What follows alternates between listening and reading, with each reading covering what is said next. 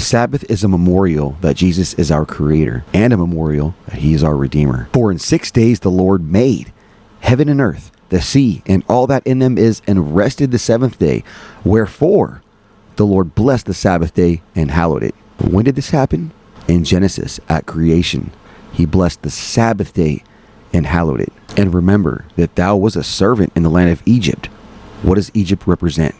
Bondage to sin. And that the Lord thy God brought thee out thence through a mighty hand and by a stretched out arm. Therefore the Lord thy God commanded thee to keep the Sabbath day. Has Jesus delivered you from bondage to sin if you accept him?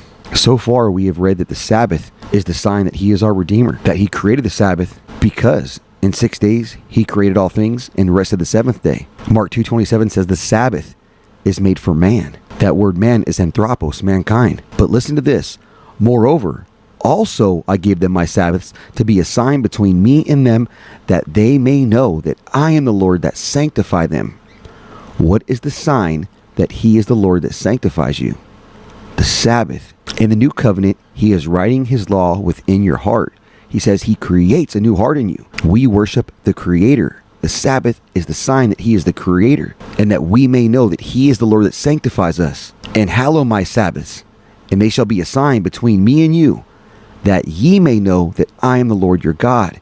Now we just read that the Sabbath is the sign that he is the Lord our God, because when we keep the Sabbath, we are keeping the day of the Lord. It's his day. We're keeping it because we're honoring him as the creator of the heavens, the earth, the sea, and all that in them is, because he is the Lord that sanctifies us, because he is the Lord our God.